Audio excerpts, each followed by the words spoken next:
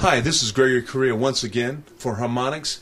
We're doing another special edition on Bill Quarry. And also today we have Mike Burton from the Hayward Historical Society, who is going to be asking Bill some very interesting questions about his life. So I'm going to turn it over to Mike. Mike, welcome. And Bill, it's always a pleasure and honor to see you. Just a great man and a legendary performer. We also might be bringing up a guest star today, too, also. So here you are, Mike. Here, take it over. Okay.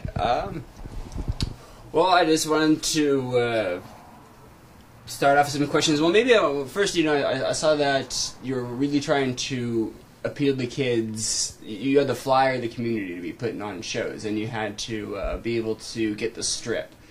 And I'm kind of curious about what the strip was like there between San Leandro and Hayward at the time.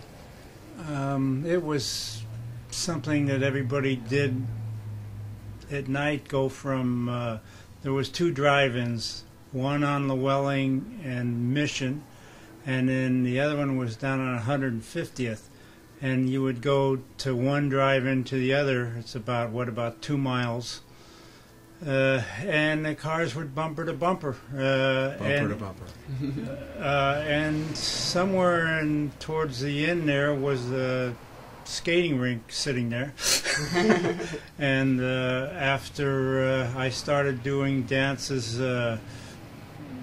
first of all, we used that strip to put out flyers. A couple of times I even went as far as putting a garbage can on top of an old car to get attention with fire coming out the top.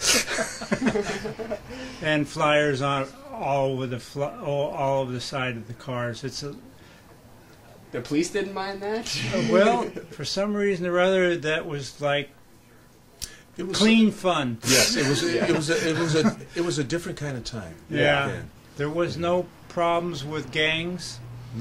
There was hardly, might be a fight now and then, but there was nothing else. Yeah. You didn't have to worry about getting mugged or anything. If you had a convertible, you didn't even have to worry about leaving the car. You just leave it there and go do whatever you want to do and come back, and the car would be sitting there with the top down. Yeah. And so it was a good time, but that's how we got the flyers out. We're going up and down the streets, and we also would go into a couple of times we actually even went into the schools with flyers. We had kids that we met to go into the schools and give them out. That's how we started the dances then, was just flyers and some a couple of ads in the local papers. We didn't need anything else, so it was a lot simpler then. And all those shows would fill up with that. Well, I guess maybe not all the shows, depending on who's playing. Actually, we had the local bands at that time that were very popular. There was a guy named Jimmy Cicero that was kind of a legend in the Hayward area in the late 50s. And then also another guy named Jimmy Bedford that was a great guitar player out of Castor Valley. And between those two guys and their followings, we did a weekly dance with those two people. If one of them was there, people would come. Sure. And then things worked into the meeting this old promoter at an old restaurant right on East 14th by Gordon's Drive-In. There was a place called Pring's, and that's where I was putting up a poster, and that's when I ran into this old-time promoter that brought in the big bands to the West Coast, and I was how I got introduced to the big names. And that was Marty Schwartz?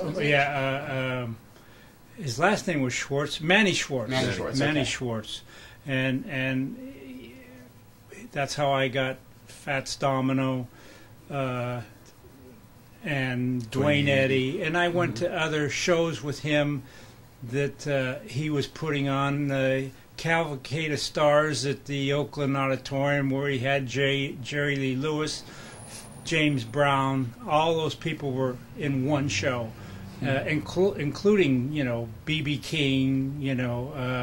Just all those names from the 50s would be on one act, one show, and then they would take that show and go to Seattle the next night. That's the kind of shows they did. But at that time, right after that, that's when I got drafted into the Army, and that's where my history with Manny Schwartz ended, because he died while I was in the Army. Wow. Where did you end up serving when you were in the Army? This would have been the late 50s, early 60s. Right. I went to, I ended up being, of all things, a military policeman. And I became, my first duty was at the Presidio San Francisco, which was, God, I couldn't even believe that. I was 15 miles from home. Yeah. And they said you'd be there the whole 2 years. Well, 1 year later, they said, no, you're going to Korea. So I spent the next year in Korea. So I spent the second whole year in Korea, and then when I got back in Korea, I went back to being a regular working citizen. And then how did you fall back into promoting shows after that? Like everybody did around here, the Beatles came popular, and I remembered those promoting days. I didn't know if I'd go back into it again, but it kind of remembered about it. They were, a big highlight of my early life.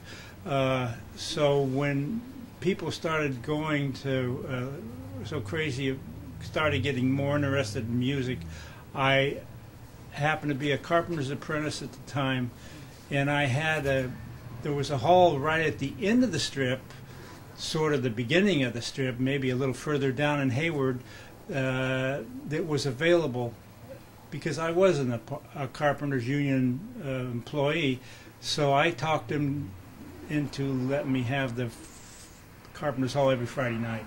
Mm-hmm. And that's how I started promoting again, and that's how it worked up to the other shows that I started doing after that. I did the same thing with the Strip, did the same thing over again, believe it or not. After all those years, the Strip was still there, kids were still cruising it, so I used again the same thing approach and started the Carpenters Hall.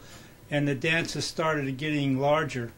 The Carpenters Hall was only a small hall, and I looked for something, and I was able to lease the Roll Arena, which was right in the middle of the Strip.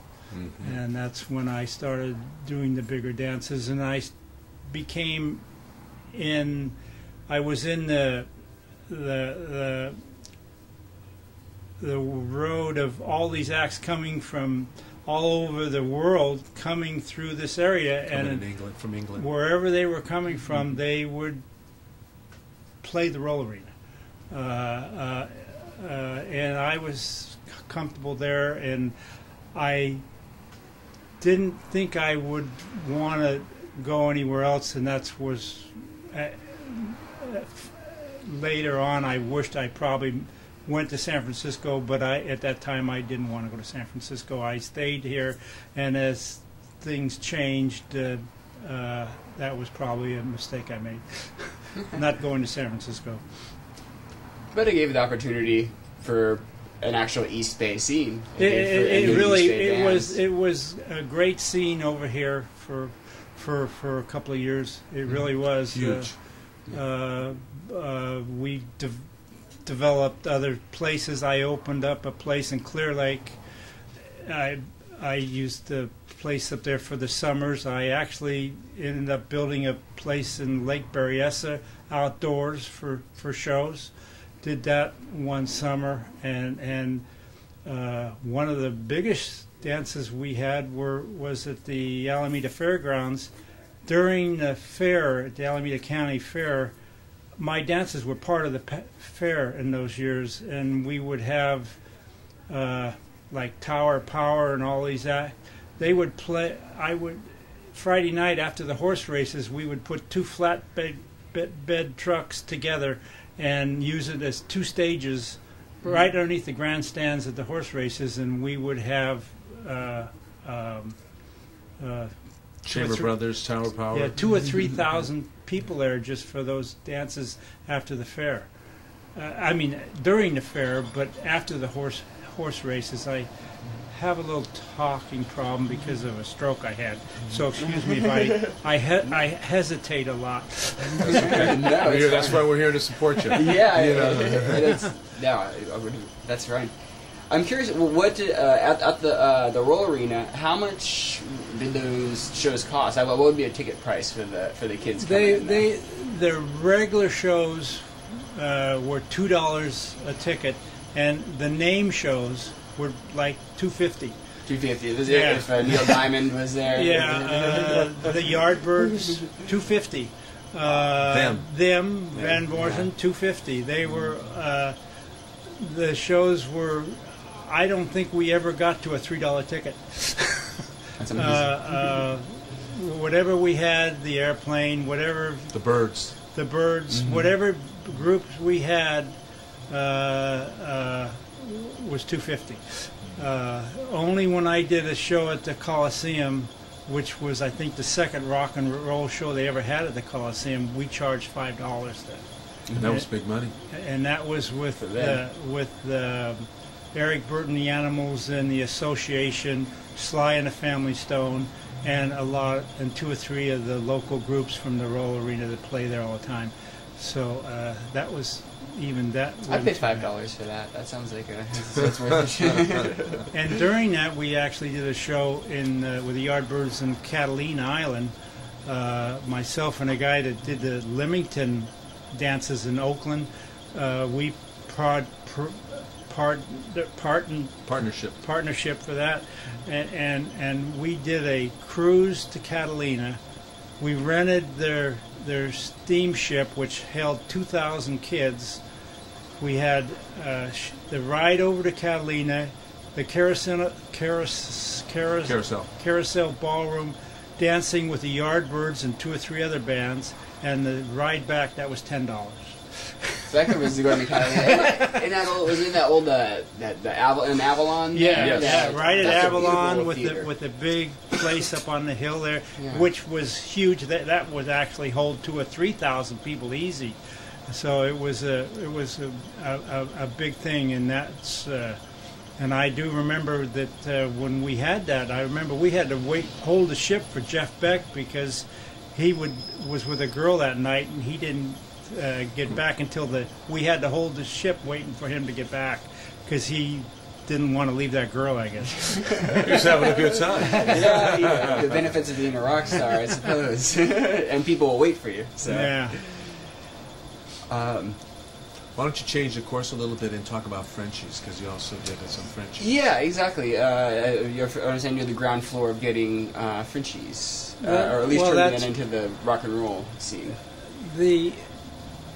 When I started promoting back in the 60s, Frenchies was still, people might not know, but it was one of the largest nightclubs in the Bay Area.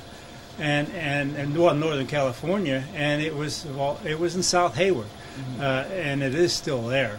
I don't know what the name of it is now, but I believe it's a Spanish nightclub. Oh, really? Okay. Yeah, it's still there. But in those days, it wasn't built up out there, and here was this nightclub out there. Well, the guy that opened that was dying with these old acts. He had a big problem, paying people to go to South Hayward in the 50s, and along came the 60s, and he needed to do something. So he contacted me. I had started my dances at the Carpenters Hall, and he wanted me to make Frenchies a rock and roll place. And so that I have a, this is the flyer I made up for it. This is an original flyer from 1964. We called it, so I made it Frenchie's A Go-Go with the nude look. We had dancers in costumes that looked like they were nude, but they weren't. And we had a group called the Nightcaps, which is had a person in there that named Barry Carlos, that I knew him for years. Barry's a great guy. He's the one who started Peter Wheat and the Breadmen. Okay. But so we had No Cover, Follow the Searchlights, steak dinner for $2. I love the $2. I love this $2 stuff. And again, the name that I started in 1958, I still use the name Teens and Twenties, and so we started that thing up, and Frenchie's became a success for him. He gave me a promise that I would get 10% of the business, and he did not. He didn't make it. He didn't comply. He didn't comply with it, and there's nothing I could do about it because I never got a contract. I took his word, and so I actually got him making money, and then he sold the business to somebody else. So that's how, I started with Frenchie's. Well, then I went back to promoting the dances, and the people that bought Frenchie's needed some entertainment, so I started helping them with their entertainment and buying their radio stuff. I had a kind of like a business that we could advertise other people. So I had somebody that worked for me that helped me write their spots, and that's how Frenchie's for 3 or 4 years became known. The nightclub. Had a lot of people there in those years when I was promoting, so they were also doing quite well at the same time. Well, about 1969, he wanted to get out of Frenchie's, and he offered me to buy it. And so that's when myself and a few other people bought Frenchie's.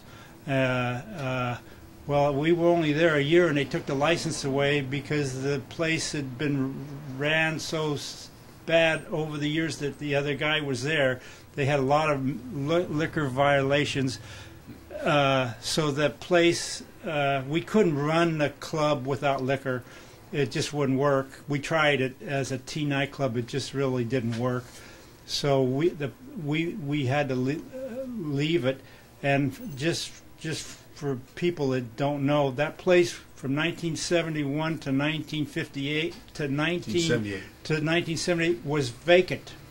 Oh yeah. All those years it sat vacant because nobody knew what to do with it. Well, in 1978 we, through some other people I had met, we decided to try to open it again. Mm-hmm. And that's how it opened again. We spent 2 years remodeling it.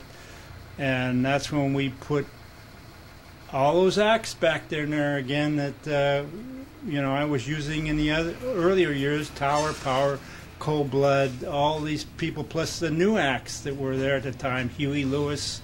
I can't even remember all Yesterday, the the Propellers, all kinds of different bands. Tell them your biggest act that went there. Michael Jackson played there. Yeah, I got a picture of him on the wall over there. He autographed it for me. He had left the Jackson 5, and he went out to on tour of his own. He did a solo career. He wanted to. He went out to, and he was promoting Beat It. Mm-hmm. And so he went in there and on a tour, and I spent 20 or 30 minutes with him downstairs, and as everybody knows, he's very quiet, very shy. We had to keep him out of the people's view. I took him downstairs, and he just told me how he was comfortable on the stage only. Mm-hmm. And that's I talked to him more, but I can't remember. Why don't you switch up gears a little bit and let's talk about Altamont with Bill, because Bill was a factor in there. Yeah, exactly. I'm curious about the role with Altamont. Were you part of the originally promoting it? I know it's supposed to be in Golden Gate Park, and then actually it was supposed to be at Searsville Lake in up that racetrack up in Searsville. Sears Point, yeah. Mm-hmm. That's what it was going to be, and we found out about it because myself and a person named Larry White, we were still promoting shows. Not a lot, but every 2 or 3 months we would do a show. So we were in contact. We were doing shows at a place called Pepperland in San Rafael, and we found about it. So we got a hold of the Rolling Stones manager's name was Sam Cutler. We couldn't do anything at the show because this was a free show. There was no money to be made. They were doing it for a TV, a video or a movie. They wanted to make a movie. That's why they were doing this free show. That became Gimme Shelter. Right. That was that whole idea was just to make that movie. But they asked us if we wanted to do the concessions. So we got the concession business of doing that show, myself and my partner. Well, that was a lot. Because first they were going to have it at Searsville Lake, and then a week and a half before, they canceled that. Mm-hmm. They couldn't use that. And this guy from Altamont Speedway by Livermore, Tracy, I don't know what it's called, Livermore, Tracy. I got a flyer up there. It's one of the few flyers left for that show. The concert was so put together so fast they misspelled Altamore. Altamore. They even misspelled it. Yeah. But that was December 6, 1969. Look at the guests. Look at the guests there. Grateful Dead, Santana, Jefferson Starship, Crosby, Stills and Nash, and the Flying Burrito. And the Flying Burrito. I love the Flying Burrito Brothers. So do I.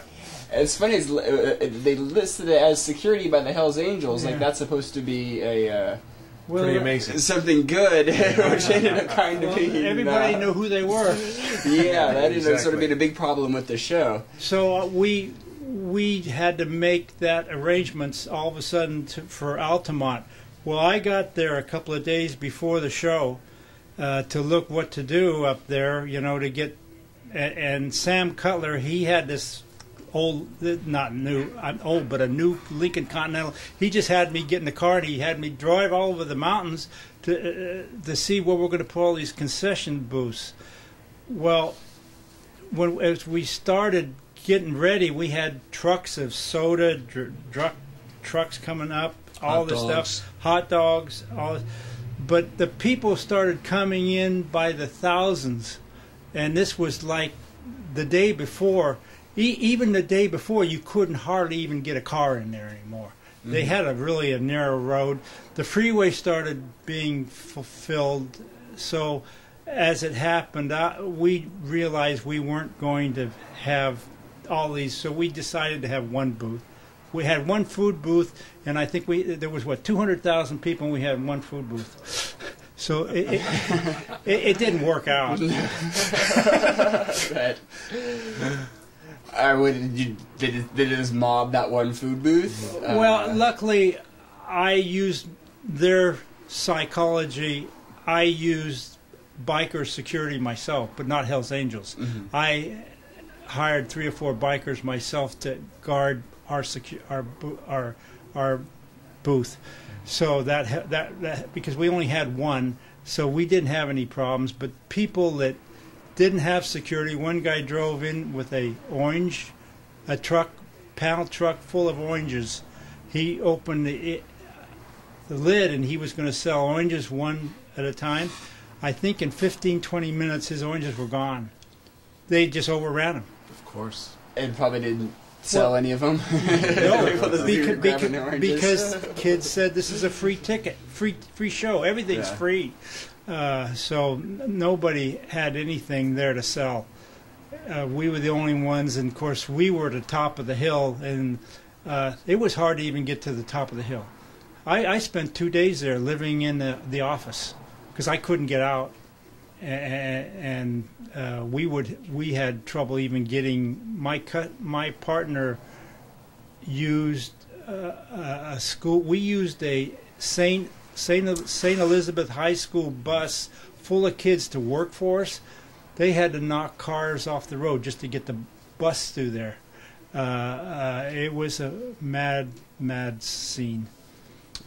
Yeah, I know a lot of people mark that as, as when the wave of the '60s music scene broke, that as being the moment the good vibes were over.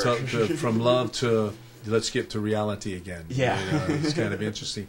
I'm going to change channels a little bit for us, for the Hayward Society, and also for Bill. Could I grab that book for a second? Yeah. As you know, Bill has got a book, and it was written by Bruce Tochler. It's called Garage Bands from the 60s, Then and Now. It is now in the Rock and Roll Hall of Fame. We have a special guest I'd like to bring up in a second or two, but I also like to talk about something about Bill's history that Bill went to Hayward High, which is quite amazing. And I just seen your yearbook picture, and what I seen about that, you went to school with my aunt, who I'm related to by a marriage. You went to school with Vivian Barboza, and it's probably a name that you can't remember. But so you went to school at Hayward High, and you know what? You were very handsome as a picture. Some of the younger pictures, you had a set of hair that was. I had a lot of hair. You were just really, you're in yourself. And they said that you were really a kind person even back in the day. But you also went to school with Jack Del Rio, whose father, who is also the coach of the Jacksonville Jaguars. And then also my mother and my father-in-law, Pat and Tony Barboza, went to Hayward High, and they said it was a beautiful school. It was. Why did they tear that down? In the 40s. It was voted as the third or fourth prettiest campus in the United States. I mean, it was that pretty, all the white columns and everything. But in the 50s, when I was there, the pretty outside looked good, but when you walked inside, there's a lot of cracks. There's a lot of cracks in the ceiling.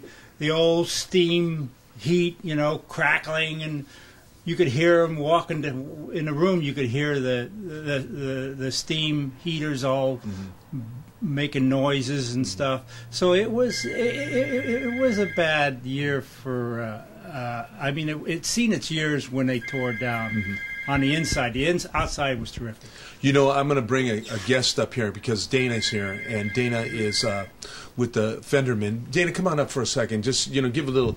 I want to give a shout-out at Dana. You can stay here, too. I want you to stay here, too, Mr. Burton. Dana's a guitar player, one of the best guitar players. And Dana, just give me a little input about Bill because we're getting close to closing. Well, Bill, when he was talking about the Catalina... event down there, we were a part of that. That's right. And it was just incredible. It was the best venue I've ever performed at. Thousands of kids there. And I remember when we got down there in the morning at 6 o'clock waiting for the boat, and then a couple of the guys, the members, they locked us out of the car, and we had to sleep out in the bushes until 9:30 in the morning to wait for the boat. But and then one thing I regret about it was when we performed, we did a rehearsal show or rehearsal for the show, and I was only about 3 feet away from Jeff Beck performing, and he was just an incredible musician. And then we got to chat with him after the show. We had kind of an after-show party together. But one thing I regret was I never did get any autograph I didn't from either. these guys. I was so busy having a good time playing Right. that I never did get to get an autograph from any of them. And then we played at the Alameda County Fair that you talked about down there. I mean, it was just incredible how many people. There was 2,000 to 3,000 kids down there. And then of course we also performed at Frenchie's down there in Hayward too. So it was just everything that Bill talks about is just something that we were part of. Dana, and I want you to plug your new CD too real quick. Did you think that this would still be alive today? what No, you did back in the past and now? I always cherished that. That was the best years of my life, and I never imagined that Bruce and Bill would get together and write this book, because I think it was in 1998 that Bruce called me and wanted to interview us for the first edition that he had, and I was just amazed, and I didn't really know that there was that many bands, but this was a hotbed of the bands of the San Francisco. It was just and on the East Bay. I mean, there was so much action going on the San Francisco, but for him to bring us over here and provide a place where we could play along with some of these well-known folks, it was just incredible. It was a great deal. And we all owe him a great deal. Oh, that's why. It was just amazing, and that's why Bill is such a legend to all of us. Bill also promoted my shows. I played at the Alameda Air Station with Peter Wheaton and Breadman and Post Raisin Band, and then I actually had the opportunity also to play at Frenchie's in '82 and '83. This man right here, Michael, which you're sitting in front of, and also Dana, these guys are I am so grateful to know them and to be able to show them on Harmonics. But now that we have the Hayward Historical Society involved in it, I promise you from Chabot College, Las Positas, that we will give you this disc so that this can preserve as a historical moment in time right now. And I thank you for you doing this for Bill, and it's a pleasure meeting you. Dana, it's a pleasure always seeing Dana. And Mr. Quarry, like I've said before, if Bill Graham was God, then Jesus was Bill Quarry.